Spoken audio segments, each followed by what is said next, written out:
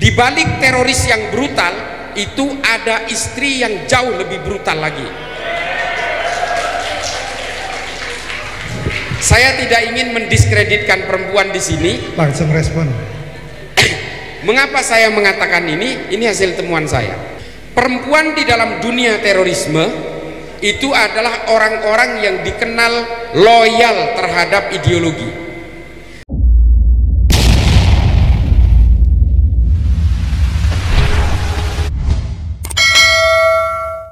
Apakah saya kemudian juga bagian seperti orang Wahabi yang gemar mengkafir-kafirkan keyakinan orang lain? Saya sebenarnya bukan tipikal orang yang mau peduli dengan keyakinan orang lain. Orang mau guling-guling, mau nyungsep dengan keyakinannya, silahkan. Kalau saya kemudian gerah dan gelisah dengan keimanan orang lain, dengan keyakinan orang lain, saya tidak ada bedanya dengan mereka. Kepedulian saya untuk melawan ajaran Wahabi Salafi ini adalah ketika saya bekerja sebagai tenaga ahli pencegahan radikalisme, ekstremisme dan terorisme di Densus 88. Mengapa saya kemudian berusaha untuk melawan ajaran ini?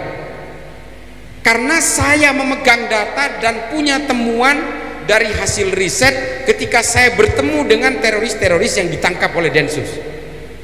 99,9% teroris yang ditangkap oleh Densus memiliki pemahaman Wahabi Salafi.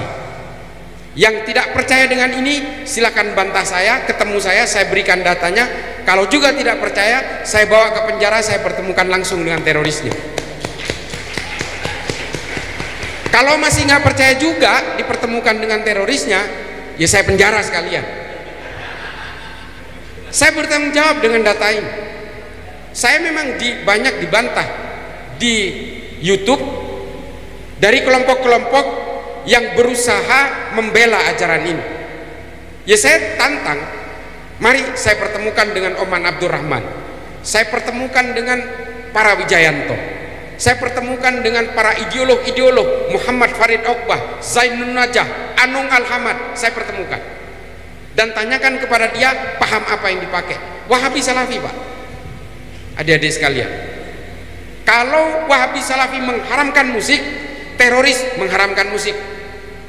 Kalau Wahabi Salafi mengharamkan ziarah kubur, haul, tahlilan, maulid, teroris juga sama.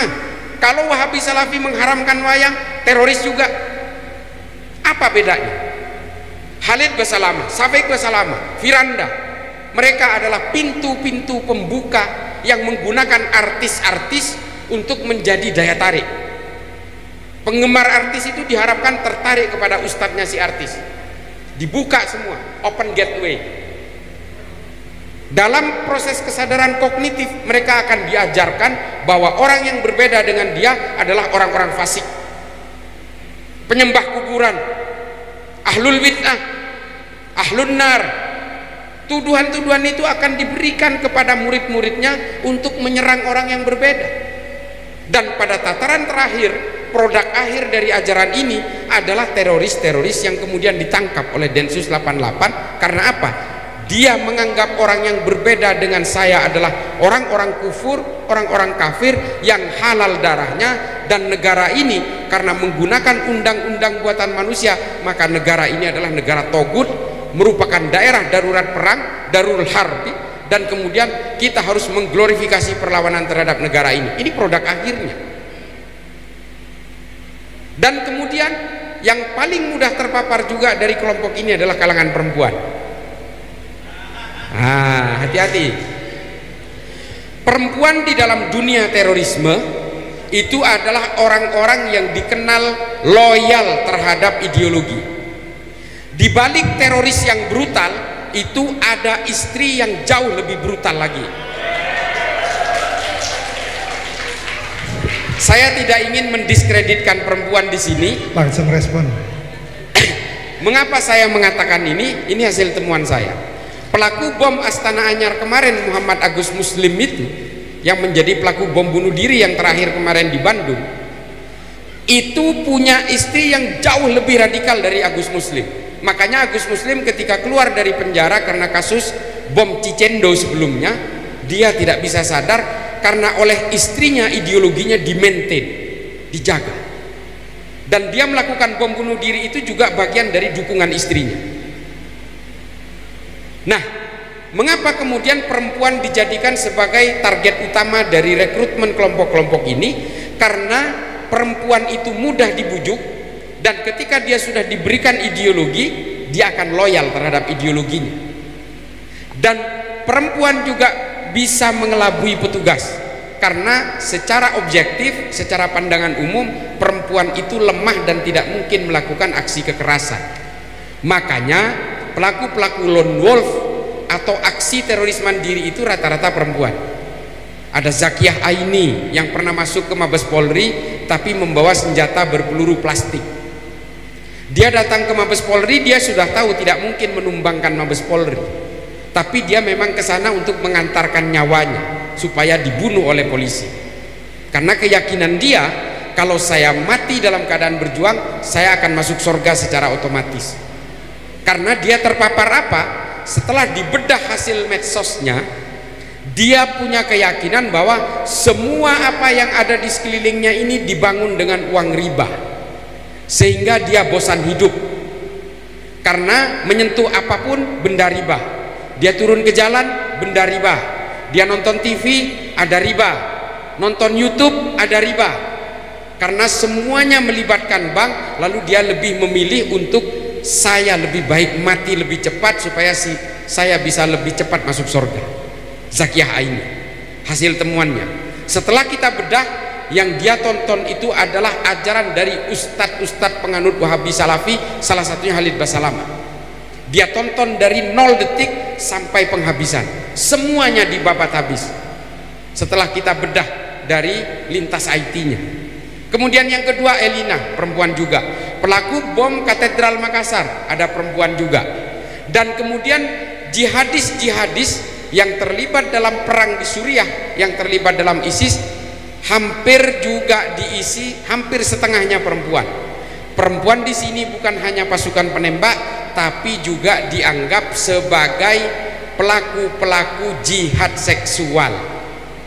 Nah, ini jihad seksual, guys. Pelayanan seksual untuk kalangan jihadis tanpa nikah. Ini temuannya soheh, pengakuan dari berbagai FTF. FTF itu Foreign Terrorist Fighter, pejuang-pejuang kombatan. Nah, mereka ini kemudian dihalalkan yang boleh digilir atas nama agama, karena ini wilayah perang. Tolong adik-adik sekalian, tolong dicatat, baik laki maupun perempuan, kejahatan atas nama agama akan selalu berkesan terhormat. Tolong dicatat ini. Dan mereka menyimplifikasi berbagai aturan-aturan agama karena dia menggunakan jubah-jubah kesalehan atas nama Tuhan, sehingga perzinahan pun dia halalkan. Nah, ini ya, saya Islah Bahrawi secara pribadi saya anti poligami.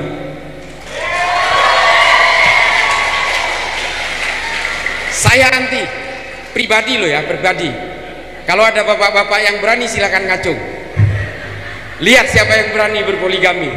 Saya anti poligami karena apa? Karena buat saya mudorot. Keluarga saya pasti berantakan. Dan kenapa saya anti poligami? Bapak saya berpoligami, saya korbannya. Saya tidak mau anak saya jadi saya. Keluarga saya berantakan. Nah, itu loh. Jadi kalau ada yang menganggap poligami itu maslahat, silahkan lakukan.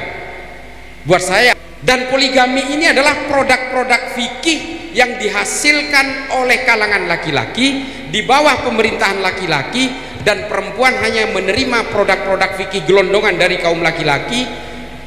Jadi dibohongin atas nama fikih pun terima aja. Ini loh. Jadi apa yang harus dilakukan perempuan?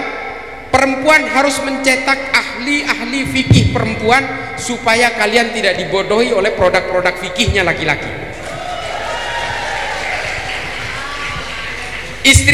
Suaminya mau nikah lagi, kalau istrinya menolak, melarang, kamu akan masuk neraka. Ini produk pembohongan fikihnya kaum laki-laki. Kata siapa ini? Ada salah satu ahli fikih perempuan satu-satunya di dunia, seorang hafizah Quran. 30 juz. Dia berasal dari Libanon, dia putranya seorang ulama. Nama ulama ini adalah Al-Hibri. Dia ulama Ahlus Sunnah wal Jamaah. Nama anaknya adalah Profesor Dr. Azizatul Hibri. Dia guru besar di Washington State University. Dia mengatakan perempuan hari ini hanya menerima produk buta dari produk-produk fikih yang dalam bahsul masailnya dihasilkan oleh semuanya ahli fikih perempuan, dibuat oleh pemerintahan yang didominasi oleh laki-laki, dan semuanya berangkat dari budaya-budaya patriarkal Arab. Budayanya laki-laki sangat dominan. Lalu produk fikih ini dihasilkan dari kelompok kaum laki-laki ini, sehingga perempuan ini kemudian sering dibohongi oleh fikih-fikih mengatasnamakan usul fikih. Ini kata Profesor Azizatul Hibri.